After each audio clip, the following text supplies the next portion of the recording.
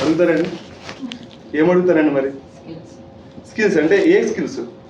ఆ పర్టికులర్ కంపెనీకి కావాల్సిన స్కిల్ మీ పిల్లల దగ్గర ఉందా లేదా అని అడుగుతారు, అంతే కదండి. అది ఇప్పటివరకు మీరు ఏమైనా నేర్చుకున్నారా? ఎప్పుడు నేర్చుకుంటారండి మరి?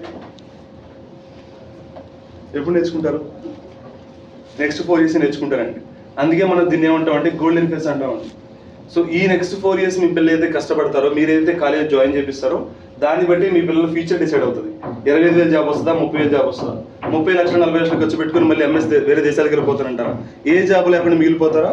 లేదంటే ఒక కంపెనీ స్టార్ట్ చేసుకునే ఒక స్థాయికి మీ పిల్లలు వెళ్తారన్నది ఇప్పుడు మీరు జాయిన్ చేయించే కాలేజీని బట్టే ఉంటుందండి, అంతే కదండి. సో అంటే ఇప్పుడు మీరు జాయిన్ చేయించేది చూస్ చేసేది ఒక కాలేజీని కాదండి, వాళ్ళ లైఫ్ని వాళ్ళ ఫ్యూచర్ని, దాని గురించి మాట్లాడుకుంటున్నామండి. సో కొంచెం ఫోకస్డ్గా ఉండండి. కుదిరితే కొంచెం ఫోన్స్ అన్ని కూడా సైలెంట్ మోడ్లో పెట్టేసేయండి. అంటే చాలా ఇంపార్టెంట్ కాల్స్ వస్తాయండి తక్కువ డెఫినెట్గా ఉంటాయండి ఇంపార్టెంట్ కాల్స్. నేను అసలు మీరు హ్యాపీగా మాట్లాడుకోవచ్చు కాల్స్, కాకపోతే కొంచెం బయటికి వెళ్ళి మాట్లాడేసి వచ్చేసేయండి, సో దట్ మీ పక్కన వాళ్ళు ఇష్టపోరు. నేను కొంచెం ఇష్టంగా లేదండి, దీని మీద కొంచెం క్లాస్ తీసుకోవాలి స్పెషల్. అట్లా ఏముంటుంది మేడం, ఇష్టంగా లేడు అంటే మా మైండ్ సెట్ ఏంటో చెప్తాం. మీ పిల్లడు నచ్చింది అనుకోండి జాయిన్ అవుతాడు, నచ్చలేదు అనుకోండి. మీ పిల్లడిని మేము జాయిన్ చేసుకున్నాం, మా దగ్గర అయితే ఏమంటారు అవుట్కమ్ రాదు, అంతే కదండి. సో ఇప్పుడు మేము నాట్ ఎగ్జామ్ పెట్టింది, ఇప్పుడు మళ్ళీ ఇది అయిపోయిన తర్వాత ఇంకొక ఎగ్జామ్ ఉంటుంది.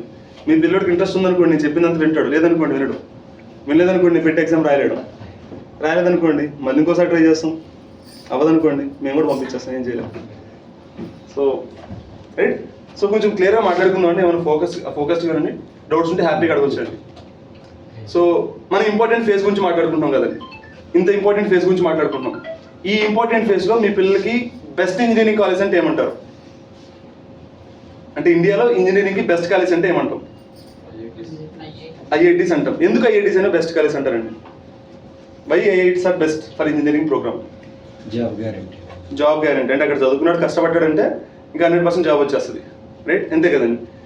నేర్పించే విధానం బాగుంటుంది, ఫ్యాకల్టీ మంచి లెవెల్ ఫ్యాకల్టీ ఉంటారు, మంచి రీసెర్చ్ అవుతుంది. అక్కడ చదువుకునే స్టూడెంట్స్ కంపెనీలో పనిచేయడం కాదని స్టార్టప్లు పెడతాడు, అంతే కదా. So this is the reason మీరు ప్రతి ఒక్క స్టూడెంట్ కూడా నేను వెళ్ళి ఐఐటీ చదువుకోవాలనుకుంటారు, ప్రతి ఒక్క పేరెంట్ కూడా ఐఐటీలో వెళ్ళి చదువుకోరా బాబు మంచి జాబ్లు వస్తాయని ఎక్స్పెక్ట్ చేస్తారు, అంతే కదండి. మరి ఇప్పుడు అందరికి ఐఐటీలో సీట్లు వచ్చేస్తాయా? రావండి. ఎంతమంది ఎవరో ఒక మంచి నెంబర్ చెప్పారు, సార్ చెప్పినట్టున్నారు. ఎంతమంది రాస్తారు, ఎంతమంది ఆస్పైర్ చేస్తారంటే 16 lakhs వరకు ఆస్పైర్ చేస్తారు, 16 లక్షల మంది ఆస్పైర్ చేస్తారు ఐఐటీలో సీట్ కావాలి అని. మరి ఎంతమందికి ఐఐటీలో సీట్లు వస్తాయి అనుకుంటారండి? ఎంతమందికి? ఎవరు చెప్తున్నారు నెంబర్? 6%. 6%? కాదండి, 1% అండి. 15,000 నుంచి 16,000 మందికి మాత్రమే జాబులు వస్తాయి. అంటే 100లో ఒకటికి వస్తుందండి అక్కడ, 100లో ఒకటికి వస్తే సీట్. ఎంతమంది రాస్తున్నారు? 16 లక్షల మంది రాస్తుంటే ఎంతమంది సీట్లు వస్తున్నాయి అంటే 15,000 నుంచి 16,000 మందికి మాత్రమే వస్తాయండి. అంటే మిగతా 99 పరిస్థితి ఏంటంటే వాళ్ళు చదువుకోవాలి లేదా, కష్టపడాలి లేదా, వాళ్ళు కూడా ఏదో నేర్చుకోవాలి సాధించాలన్న మైండ్ సెట్తో ఉన్న వాళ్ళు ఉంటారు కదండి మీ పిల్లలాగే. ఇలాంటి వాళ్ళకి కూడా ఐఐటీలో సీట్ రాకపోయినా కూడా ఐఐటీ లెవెల్ ఆఫ్ చదువుని ఇవ్వాలి అన్న ఆలోచనతో నెక్స్ట్ స్టార్ట్ చేసామండి, అర్థమైందండి. సో సింపుల్గా చెప్పాలి అంటే ఎలాంటి వాళ్ళు స్టార్ట్ చేశారంటే పెద్ద పెద్ద ఐఐటీస్లో చదువుకొని తర్వాత పెద్ద పెద్ద కంపెనీస్లో వర్క్ చేసిన ఎక్స్పీరియన్స్ వాళ్ళమే ఒక దగ్గరకు వచ్చి ఎక్స్పీరియన్స్ స్టార్ట్ చేశాం. మ్యాన్ కంపెనీస్ అంటారు కదండి, మెటా అని, యాపిల్, అమెజాన్, నెట్ఫ్లిక్స్, గూగుల్ అంటారు కదండి, ఇలాంటి ఆర్గనైజేషన్స్లో కలిసి వర్క్ చేసిన ఎక్స్పీరియన్స్ వాళ్ళమే నెక్స్ట్ స్టార్ట్ చేశాం. నేను ఇక్కడే చాలా క్లియర్గా ఒక పాయింట్ చెప్పేస్తానండి, అంటే ప్రతి పేరెంట్ కూడా ఇది అర్థం చేసుకోవాల్సిన చాలా ఇంపార్టెంట్ అండి. అంటే చాలా మంది పేరెంట్స్ మమ్మల్ని ఏమడుగుతారు క్లాస్లో, సార్ ఇక్కడ జాబ్ గ్యారంటీ ఉంటుందా, 100% ప్లేస్మెంట్ వచ్చేస్తుందా జాయిన్ అయితే అని కొన్ని క్వశ్చన్స్ అడుగుతారు. నేను ప్రాక్టికల్గా మాట్లాడతానండి. సో 100% జాబ్ గ్యారంటీ అనేది ఇవ్వడం ఎవరికైనా పాసిబుల్ అవుతుందా? అవుతుందండి. పోనీ అసలు ఇస్తున్నానంటే కరెక్ట్ అని ఇవ్వడం కాదండి. లెట్స్ సే మీరు నన్ను క్వశ్చన్ అడిగారు అనుకోండి, అసలు అడగడం కరెక్టా తప్పని పక్కన పెడదాం. మీరు నన్ను క్వశ్చన్ అడిగారు అనుకుందాం, నేను ఉంది అని చెప్పాను అనుకోండి, జాబ్ గ్యారంటీ ఉందని చెప్పాను అనుకోండి, స్టూడెంట్స్ కూడా ఇదే రూమ్లో ఉన్నారు కదండి, వాళ్ళు కూడా ఉంటున్నారు కదా. సో వాళ్ళకి మన అందరం కలిసి ఇస్తున్న మెసేజ్ ఏంటండి? ఏం చెప్తున్నాం మనం ఇప్పుడు? చదవకపోయినా జాబ్ వచ్చేస్తుంది. ఓకే సార్, ఇప్పుడు 100% కాకపోయినా ఎంతో కొంత పర్సెంట్ ఉంటుంది కదా సార్. క్వశ్చన్ అది కాదండి, అసలు అది కాదు, మీరు అడిగే క్వశ్చన్ అది కాదు. జాబ్ వస్తుంది అంటే ఇస్తారని గ్యారెంటీ పిల్లలకు ఉంటుంది నమ్మకం. అంటే ఇక్కడ పాయింట్ ఏంటంటే మేడం, మీరు అడిగే పర్సెప్షన్ వేరు. మీరేం అడుగుతున్నారు, మా పిల్లడికి ఫ్యూచర్ ఇక్కడ సెటిల్డ్గా ఉంటుందా అన్నది మీ పర్సెప్షన్. కానీ మీరేం అడుగుతున్నారంటే మీరు మీ పిల్లడికి ఏం కన్వే అవుతుందంటే ఇక్కడ జాబ్ గ్యారంటీ ఉంది, మనం చదువుకోవాల్సిన అవసరం లేదు అన్నది మీ పాయింట్. అది వాడి కన్వే అయ్యేది. వాడు వచ్చేటప్పుడు చదువుకుంటాడండి, చదువుకోడండి, వాడికి ఇక్కడ కాదు ఎక్కడ జాబ్ రాదండి. సో ఇప్పుడు మీరు అడిగే క్వశ్చన్ మరి జాబ్ 100% రాకపోతే ఎంత 100% రావాలి కదా అన్నది మీ క్వశ్చన్. ఎంతమంది ఎలాంటి రిజల్ట్ వస్తుందని నేను లాస్ట్లో మాట్లాడతాను ఇక్కడ. అర్థమైందండి? ఆ రిజల్ట్ గురించి మనం లాస్ట్లో మాట్లాడుకుందాం. బట్ చాలా క్లియర్గా అర్థం చేసుకోవాల్సిన పాయింట్ ఏంటంటే, ఎవరికైతే 100% జాబ్ గ్యారంటీ కావాలి అని అనుకుంటున్నారో ఇది కరెక్ట్ ప్లేస్ కాదండి. మీకు జాయిన్ అయిపోతే జాబ్లు వచ్చేవండి. మీ పిల్లలు కష్టపడి చదువుకుంటేనే వస్తాయి.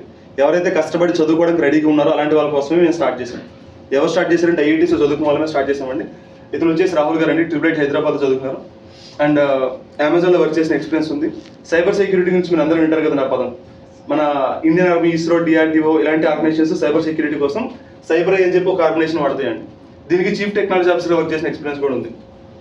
అండ్ ఇతని వరల్డ్ ఎకనామిక్ ఫారంకి ఇన్వైట్ చేశారండి రీసెంట్గా దావోస్కి. దావోస్ అనే పదం విన్నారండి ఎవరైనా? మనందరూ రెగ్యులర్గా న్యూస్లో వింటుంటాం కదా సార్. స్విట్జర్లాండ్లో దావోస్ ఈవెంట్ ఒకటి అవుతుంది. ఎలాంటి వాళ్ళు వెళ్తారు ఈ మీటింగ్ అంటే, ప్రపంచం మొత్తం మీద టాప్ 2500 పీపుల్ వెళ్తారండి. అంటే మోస్ట్ పవర్ఫుల్ పీపుల్ ఉంటారు కదండి ప్రపంచం మొత్తం మీద. పెద్ద పెద్ద కంపెనీ సీఈఓస్ అని, లేదంటే పెద్ద పెద్ద కంట్రీ ప్రైమ్ మినిస్టర్స్ అని, ఇలాంటి వాళ్ళు ఈవెంట్కి వెళ్తారండి. రైట్. సో మన ఇండియాలో నుంచి 150 కోట్ల మంది జనాభా నుంచి 100 మందిని మాత్రమే ఇన్వైట్ చేశారు.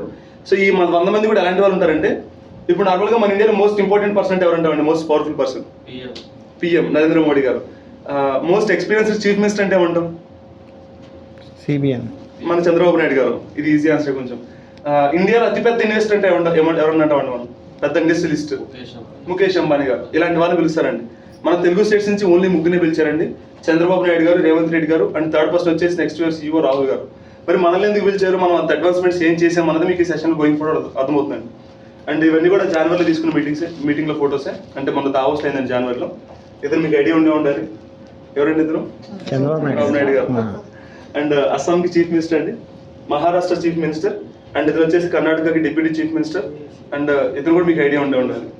కింజరపు రామ్మోహన్ నాయుడు గారు అండి, మన సెంట్రల్ సివిల్ ఏవియేషన్ మినిస్టర్ అండి. అండ్ ప్రతి ఫోటోలో ఒక కామన్ పర్సన్ కనపడుతున్నారు కదండి, అతను నెక్స్ట్ ఇయర్ సీఈఓ రాహుల్ గారు అండి. సో మనం ఏం అడ్వాన్స్మెంట్ చేసాం, ఎందుకు ఈ మీటింగ్ మనల్ని పిలిచారంటే మీకు గోయింగ్ ఫార్వర్డ్ అర్థమవుతుంది సెషన్లో. అండ్ నెక్స్ట్ వచ్చేసి శశాంక్ గారు అండి, ఐఐటి బాంబేలో చదువుతున్నారు. మనం ఏదైతే 16 lakhs మెంబర్స్ రాసే ఎగ్జామ్ అంటున్నామో అందులో అతని ర్యాంక్ 119 అండి. నార్మల్గా మన ఇండియాలో ఒక గవర్నమెంట్ జాబ్ వచ్చింది అనుకోండి, చిన్న విషయం పెద్ద విషయం అండి, చాలా పెద్ద విషయం. గవర్నమెంట్లో ఇంజనీరింగ్ రోలో జాబ్ వస్తే ఇంకా పెద్ద విషయం. ఇస్రోలో సైంటిస్ట్గా జాబ్ వస్తాయండి, ఇంకా అంతమించి పెద్ద ఉంటుందా ఇండియాలో? ఇండియా ఇస్ డెవలపింగ్ నేషన్ అంటాం కదండి మనం. ఇండియాలో ఏదైనా డెవలప్డ్ ఉంది అంటే అది ఇస్రో అండి. అలాంటి ఆర్గనైజేషన్ ఏదైనా సైంటిస్ట్గా జాబ్ ఆపర్చునిటీ వచ్చింది, ఆ ఆపర్చునిటీ వదిలేసుకొని వచ్చి నెక్స్ట్ స్టార్ట్ చేశారు. ఇస్రో ఆపర్చునిటీ వస్తే వదిలేసుకోవడానికి ఈ రోజు ఎంతమంది రెడీగా ఉన్నారండి? వదిలేస్తారు, నేనైతే వదలండి. మరి ఆపర్చునిటీ ఎందుకు వదులుకున్నారంటే, ఇలాంటి ఆపర్చునిటీ దానికి ఎందుకు వచ్చిందంటే, ఇలాంటి ఒక ఎడ్యుకేషన్ ఎందుకు కాబట్టి వచ్చిందండి. ఇలాంటి ఎడ్యుకేషన్ ఈరోజు అందరూ దొరుకుతుందండి, దొరకట్లేదు, అందరికి ఇవ్వాలని ఆలోచించడం మనం నెక్స్ట్ స్టార్ట్ చేసామండి. ఇక్కడ అందరూ అంటే మా డెఫినేషన్ వేరే అండి. అందరూ అంటే 16 lakhs ఎవరు కావాలంటే వాళ్ళు జాయిన్ అయిపోవచ్చు అంటే కాదండి. ఎవరికైతే కష్టపడి చదువుకోవాలనుకుంటున్నారో, ఏదో సాధించాలన్న మైండ్ సెట్తో ఉన్నారో అలాంటి వాళ్ళ కోసమే మనం స్టార్ట్ చేసాం. లేదు సార్ నేను టైంపాస్ కోసం వస్తున్నారు బీటెక్ అంటే ఇది కరెక్ట్ ప్లేస్ కాదండి. నెక్స్ట్ వచ్చేసి అనుపమ్ గారు అండి, ఐఐటి ఖరగ్పూర్ చదువుతున్నారు. అండ్ ఇలాగే మన టీంలో ఇంకా చాలా మంది ఉన్నారండి ఐఐటీ చదువుకున్నారు. ఐఐటి బాంబే అని, మద్రాస్ అని, ఖరగ్పూర్, భువనేశ్వర్, గౌహటి, ఇలా పెద్ద పెద్ద ఐఐటీస్ చదువుకొని తర్వాత వాళ్ళు పెద్ద పెద్ద ఆర్గనైజేషన్స్లో వర్క్ చేసి వాళ్ళకి ఎలాంటి ఎడ్యుకేషన్ అయితే దొరికిందో అలాంటి ఎడ్యుకేషన్ ప్రతి స్టూడెంట్కి వాళ్ళ ఆలోచనతో స్టార్ట్ చేసామండి. అండ్ మనం నేర్పించే విధానం చూసి ఆల్రెడీ మోర్ దెన్ 2500 కంపెనీస్లో మన స్టూడెంట్స్ జాబులు చేస్తున్నారండి. మన దగ్గర ట్రైన్ అయిన వాళ్ళు మోర్ దెన్ 2500 కంపెనీలు జాబులు చేస్తున్నారు. సో ప్లేస్మెంట్ గ్యారంటీ అనే పదం వాడాలంటే మాకంటే మోస్ట్ ఎలిజిబుల్ పర్సన్స్ పీపుల్ కూడా ఎవరు ఉండరు, కానీ ఇక్కడ ఎవరు వాడరండి. ఎందుకంటే జాయిన్ అయినంత మాత్రం మీ పిల్లలు జాబులు వచ్చేవాడిని. మీ పిల్లలు చదువుకోవాలి, మేము నేర్చుకోవాలి, అప్పుడే వస్తాయండి. So already more than 2500 companies మన దగ్గర ట్రైన్ అయిన వాళ్ళు జాబులు చేస్తున్నారు. అండ్ దీనికి సెంట్రల్ గవర్నమెంట్, స్టేట్ గవర్నమెంట్స్ కూడా మనం సపోర్ట్ చేస్తాయి. ఇలాంటి ఒక టాప్ క్వాలిటీ ఎడ్యుకేషన్ మా స్టేట్లో కూడా తీసుకుని రండి, మా పిల్లలు కూడా నేర్పించండి అని చెప్పి. సో ఇది మీకు ఐడియా ఉండే ఉంటారు, రేవంత్ రెడ్డి గారు, తెలంగాణ స్టేట్ చీఫ్ మినిస్టర్ అండి.